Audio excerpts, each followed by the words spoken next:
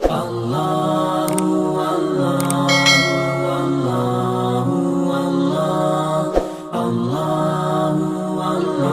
کے آ جاتے ہیں تو دو فرشتے آتے ہیں، منکر نکیر ان کے نام ہیں، اور وہ اس کو بٹھا دیتے ہیں اور بٹھا کر کے اس سے 3 سوال پوچھتے ہیں۔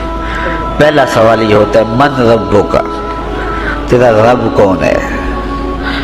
اب کوئی مانے یا نہ مانے، رب تو سب کا اللہ ہی ہے، یہ تو حقیقت ہے، یہ تو طے شدہ ہے، لیکن جو عقیدہ دنیا پہ رہا ہوگا وہی عقیدہ اس کے لہجے میں آئے گا۔ تو اگر ہم اپنے رویے سے، اپنے عمل سے، اپنے عقیدے سے واقعی اللہ کو رب مانتے ہیں تو پھر قبر میں جب سوال ہوگا من ربک، تیرا رب کون ہے، تو پھر کبھی بھی جواب دیتے جھجک محسوس نہیں ہوگی۔ بندہ عرض کرے گا رب اللہ، میرا رب اللہ ہے۔ دوسرا سوال قبر میں یہ ہوگا کہ ما دینوں کا، تیرا دین کون سا ہے؟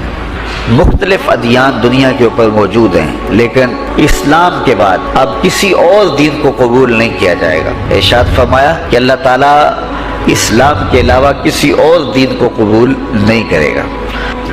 اب اس نے اگر اپنا طرز زندگی، اپنا انداز معاشرت اسلام کی مطابقت میں رکھا ہوگا اور دین کو اس نے دین سمجھا ہوگا، اسلام کو ہی اپنا دین، عملاً رویتاً ہر خوشی غمی کے موقع پہ اس نے اسلام کو ہی ترجیح دی ہوگی، تو پھر اس کو کوئی جھجک نہیں ہوگی جواب دیتے ہوئے کہ میرا دین اسلام ہے۔ میرے شب و روز، میری زندگی کے نشیب و فراز، میری زندگی کی کا گوشہ جو ہے وہ اسلام کی مطابقت میں گزرتا تھا، تو پھر وہ سیدھا سیدھا جواب دے گا دینی الاسلام۔ اس لیے ہمیں اس سوال کی تیاری بھی کرنی چاہیے۔ ہم صرف مسلح کے مسلمان نہ بنیں کہ 5 نمازیں پڑھ لی، روزے رکھ لیے، تراویح پڑھ لی اور حج کر لیا، تو اس سے ہم مطمئن ہو گئے کہ ہم مسلمان ہیں۔ اسلام ایک مکمل اور اکمل اور کامل ضابطہ حیات ہے، اپنے ماننے والوں کو زندگی گزارنے کا پورا اسلوب اور مکمل کامل رہنمائی دیتا ہے۔ ہم نے ہمسایوں کے ساتھ سلوک کیسے کرنا ہے یہ ہمیں اسلام بتاتا ہے، ہم نے بیوی کے ساتھ سلوک کیا کرنا ہے یہ ہمیں اسلام بتاتا ہے، اولاد کی تربیت کیسے کرنی ہے اسلام کی واضح تعلیمات ہیں۔ ہم نے سفر کرنا ہے تو انداز سفر کیا ہونا چاہیے اسلام نے ہمیں بتایا۔ کاروبار کرنا ہے تو ہمیں اللہ اس کے رسول نے واضح 2 ٹوک اور سیدھے سیدھے احکام دیے ہیں کہ تم جب کاروبار کرو تو تم اس انداز کے ساتھ کاروبار کرو، کم نہیں تولنا، کم نہیں ناپنا، جھوٹی قسم نہیں کھانی، سود نہیں لینا، ملاوٹ نہیں کرنا، ایک ایک چیز وہ اسلام نے ہمیں فراہم کی ہوئی ہے۔ تو پورا دین جو ہے جب ہم اختیار کریں گے، ہمارے رویے، ہمارا طرز زندگی، ہمارا انداز معاشرت جب دین اسلام کے مطابق ہوگا تو قبر میں اس سوال کا جواب دینا ہمارے لیے کوئی مشکل نہیں ہوگا۔ اور اگر ہمارا طرز زندگی کچھ اور طرح کا ہوگا تو کیا صرف یہ کہہ دے کہ ہم مسلمان ہیں؟ یہ تو پھر ایک کافر بھی کہہ سکتا ہے کہ میرا دین اسلام ہے، ایک منافق بھی کہہ سکتا ہے کہ میرا دین اسلام ہے، لیکن ایسا نہیں ہوگا۔ جو ہماری کیفیت قلب ہوگی قبر میں اس کا جواب اس کی مطابقت میں آئے گا۔ یہ کافر جواب نہیں دے سکے گا کہ میرا رب اللہ ہے، کیونکہ وہ عمل سے، رویے سے اب اس کو اپنا رب نہیں مانتا ہے، تو حقیقتاً تو اس کا رب اللہ ہے، لیکن وہ یہ جواب نہیں دے پائے گا۔ اسی طرح جو شخص اپنے طرز زندگی کے اندر اسلام کو داخل نہیں کر چکا ہے اور اسلام کو اس نے اپنا ہادی رہنما نہیں بنایا ہے، تو وہ قبر میں اس سوال کا جواب کیسے دے سکے گا کہ میرا دین اسلام ہے، چونکہ اس کا رویہ، اس کا طرز زندگی اور اس کا انداز معاشرت ایسا نہیں رہا ہوگا۔ اس لیے ہمیں اپنی زندگی کے شب و روز کو اسلامی تعلیمات کے سانچے میں مکمل اور کامل طور پہ ڈھالنا ہوگا، تاکہ جب قبر میں سوال ہو تو ہم جواب دے سکیں کہ ہمارا دین اسلام ہے۔ تیسرا سوال فرشتے پھر پوچھیں گے، حضور علیہ الصلوۃ والسلام کے روضہ دور سے اور قبر کے درمیان سے پردے ہٹا دیے جائیں گے اور رسول کریم صلی اللہ علیہ وسلم سامنے ہوں گے، اور فرشتہ حضور کی طرف اشارہ کر کے کہے گا ما کنت تقول فی ھذا الرجل، ان کے بارے میں زندگی میں کیا کہا کرتا تھا۔ تو یہ حضور علیہ الصلوۃ والسلام سامنے ہوں گے اور یہ سوال پوچھا جائے گا۔ اب ابو جہل سے پوچھا جائے گا ما کنت تقول فی ھذا الرجل، تو وہ کہے گا ہے ہاتھ لا ادری، ہائے افسوس میں نہیں جانتا یہ ہیں کون۔ ابو لہب سے پوچھا جائے گا، وہ کہے گا ہے ہاتھ لا ادری، ہائے افسوس میں نہیں جانتا یہ کون ہے۔ اچھا جانتا نہیں تو پتھر کس کو مارتا تھا؟ جانتا نہیں تو گڑے کس کی راہوں میں کھدواتا تھا؟ جانتا نہیں تو اوجریاں کس کے اوپر ڈلوایا کرتا تھا؟ آنکھیں پھاڑ پھاڑ کے تو ساری زندگی دیکھتا رہا، لیکن آج ابو جہل قبر میں اترا، حضور کی صورت نورانی سامنے ہے، اور پوچھا گیا کہ یہ کون ہے، یہ نورانی چہرے والے کون ہیں؟ تو ابو جہل کہتا ہے ہائے افسوس میں نہیں جانتا یہ کون ہے۔ اور 14 صدیاں گزرنے کے بعد ایک مومن لحد میں اترتا ہے اور پردے ہٹا دیے جاتے ہیں، اور منکر نکیر سوال کرتے ہیں عامر چیمہ بتا یہ کون ہے؟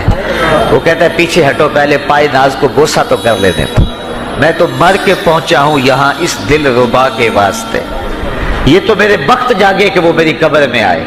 شیخ عبدالحق محدث دہلوی علیہ رحمہ لکھتے ہیں کہ جب سے یہ سنا ہے کہ قبر میں حضور آئیں گے، پتہ نہیں موت کہاں مر گئی ہے، جی چاہتا ہے زندہ ہی قبر میں چلے جائیں۔ تو وہ کہے گا پہلے مجھے پائے ناز کو بوسہ تو کر لینے دو، میں تو زندگی کے بھر میں انتظار ان کا کرتا رہا، اور ان کے بارے میں پوچھ رہے ہو یہ کون ہے؟ تو وہ فوراً جواب دیتا ہے یہ تو وہی میرے آقا و مولا ہیں جن کے لیے ساری زندگی تڑپتا رہا اور ان کی زیارت کی آرزوئیں اور تمنائیں کرتا رہا۔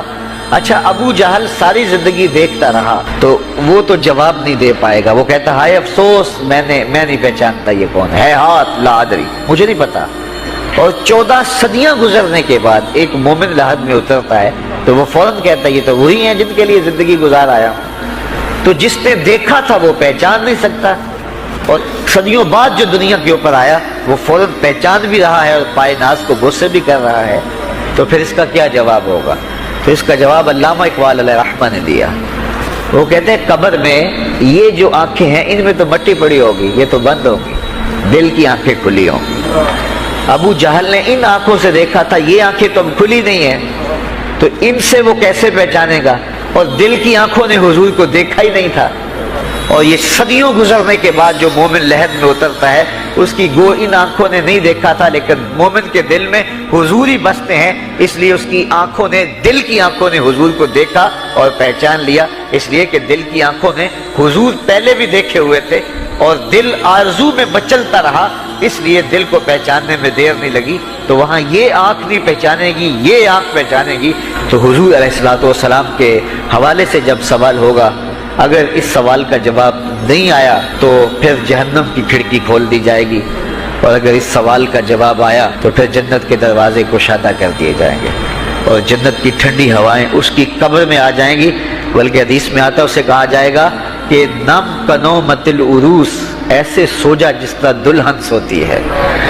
اور وہاں سے لے کر کے حشر تک کا سفر جو ہے اس کے لیے بہت لمبا سفر نہیں ہوگا، وہ ایسے ہوگا کہ جو ہے وہ ایک خوبرو کے گلے سے ہار گرے گا اور وہ موتی ٹوٹ کے گر جائیں گے، اور وہ اس کو چننے میں مصروف ہو جائے گا، اب یہ سارے موتی چن نہیں پائے گا کہ قیامت آ جائے گی۔ یہ مومن کے لیے اللہ نے آسانی رکھی، 50,000 سال کا دن ہوگا یوم محشر، لیکن جو مومن ہوگا اس کے لیے حشر کا اتنا بڑا دن ایسے ہوگا جتنا عصر کا وقت ہوتا ہے۔ تو اتنے فتح مکہ کا دن ہے۔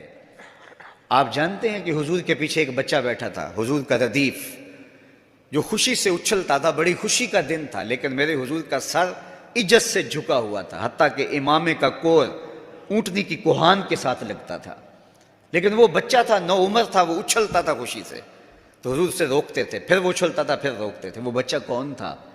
تاریخ میں ڈھونڈے، نواسا نہیں ہے، کسی انصاری سردار کا بیٹا نہیں ہے، کسی قریشی سردار کا بیٹا نہیں ہے، حضور کے خاندان کا کوئی فرد نہیں ہے۔ ہم نے تاریخ ڈھونڈی تو وہ حضور کے آزاد کردہ غلام اور منہ بولے بیٹے زید بن حارثہ کا بیٹا اسامہ بن زید ہے۔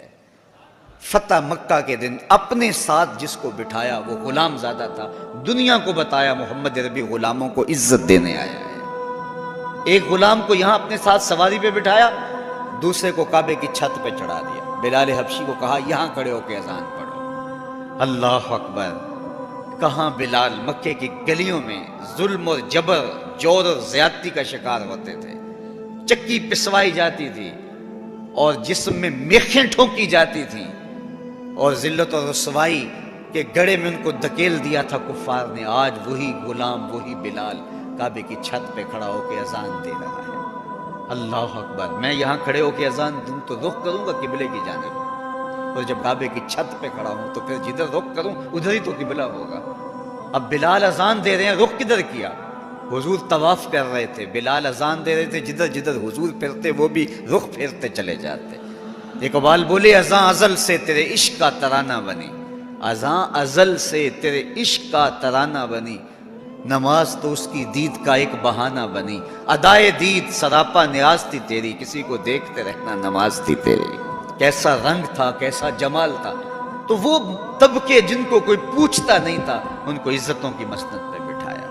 غلاموں کو تو بیڑیوں میں جکڑ کے لایا جاتا تھا، انسان انسان کے اوپر حاکم بنا ہوا تھا اور انسان کی تذلیل ہوتی تھی، اور میرے حضور کعبے سے مخاطب ہو کے کہتے ہیں کہ تیری بڑی عزت ہے، لیکن فرمایا کہ مسلمان کی عزت، آبرو اور اس کا خون تیرے سے زیادہ قیمتی ہے۔ یہ سبق دیا، یہ درس دیا تو بھٹکی ہوئی انسانیت کو سراغ زندگی میرے حضور نے عطا کیا۔ تو اس لیے آج میں اور آپ اس کا شکرانہ ادا کرتے ہیں، اور اللہ کے حضور لاکھ لاکھ شکر ادا کرتے ہیں کہ ہمیں اس نبی کا غلام ہونے کا شرف اور اعزاز نصیب ہوگا۔ تو پھر ان کی تذکروں اور ان کی محبتوں کی خوشبو بکھیریں گے، ان کے ذکر کی مہک سے مشام ہستی کو کیوں معطر نہیں کریں گے، ان کا تذکرہ نور بھی کریں گے، اور ان کے بتائے ہوئے طریقہ کو اختیار کر کے اپنی زندگی کو بھی نور نور کریں گے۔ آج ایک طرف ہم اپنے گھروں پہ چراغاں کرتے ہیں، تو میں کہتا ہوں کہیں یہ چراغاں بنیروں تک محدود نہ رہ جائے، کوئی دیا لے کے دل نگر میں بھی آؤ، کہیں دل کی گلیوں میں اندھیرا نہ رہ جائے۔ تم گلیوں میں تو جھنڈیاں لگا دی، کہیں دل کی گلیاں ویران نہ رہ جائیں۔ آؤ کوئی جھاڑو لے کے دل کی صفائی بھی کرو، تمہارا اندر بھی ستھرا ہو، تمہارا باہر بھی ستھرا ہو، پھر میرے مصطفیٰ پہ درود پڑھو۔ یاری لا تو پاک نبی سنگ اے پر پوری یاری، پھر درود قبول ہے تیرا لکھ نہ لو ایک واری۔ ان کا طرز زندگی روح میں جذب کر لیجئے، ان کے بتائے ہوئے طریقوں کو اپنی زندگی میں اتار لیجئے۔ تو ہم اگر اپنی پہچان حضور کے نام سے کرواتے ہیں، اور ہماری ساری پہچان ہے ہی ان کے نام سے، تو پھر ہمارا عمل بھی اس کی گواہی دے، ہمارا رویہ بھی اس کی گواہی دے، ہمارا طرز زندگی بھی اس کی گواہی دے۔ آج بھی اگر اسلام کا دامن پکڑو، وَأَنْتُمُ الْأَعْلَوْنَ إِن كُنْتُم مُؤْمِنِينَ، میرے رب نے وعدہ دیا ہے، کافر لگتے کیا ہیں، تم مومن بن کے دکھاؤ، عزتوں کا تاج تمہارے سر پہ رکھو، لیکن تم تن آسان ہو، تم خواہشات کے بندے بن گئے ہو، آرزوؤں کے غلام بن گئے ہو، اور نعمتیں وہ مانگتے ہو جو بدر اور احد کے صحابہ کو عطا کی گئی۔ کہاں کیسے تمہیں وہ نعمتیں ملیں گی؟ پہلے اپنے آپ کو ثابت تو کرو کہ ہم ان کے اہل ہیں، اور جب اپنی اہلیت ثابت کرو گے تو رحمت کی برکھا برسے گی، اور اتنا کرم ہوگا کہ تمہارے دامن تنگ نظر آئیں گے اور تم برستے پھولوں کو سمیٹ نہیں پاؤ گے۔ لیکن افسوس کہ تم طلب وہ کرتے ہو۔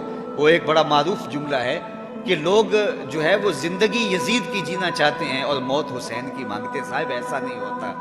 اگر حسین ابن علی جیسی زندگی گزاریں گے تو پھر ان کے مراتب رفیع کا حصہ نصیب ہوگا، لیکن اگر ہم اپنی خواہشات کی زندگی گزاریں گے اور کہیں گے کہ ہم چونکہ مسلمان ہوتے ہیں لہذا ساری نعمتیں ہمیں دی جائیں، ہم جھوٹے ہیں، ہم مکار ہیں، ہم 2 نمبر مال بیچتے ہیں، ہم جو چاہیں کریں، ہم وعدہ خلافی کریں، لیکن ساری عزتیں ہماری جھولی میں ہونی چاہیے، مسلمان جو ہوتے ہیں، لیکن ایسا نہیں ہوتا۔ اس کا وعدہ ہے تم مسلمان عمل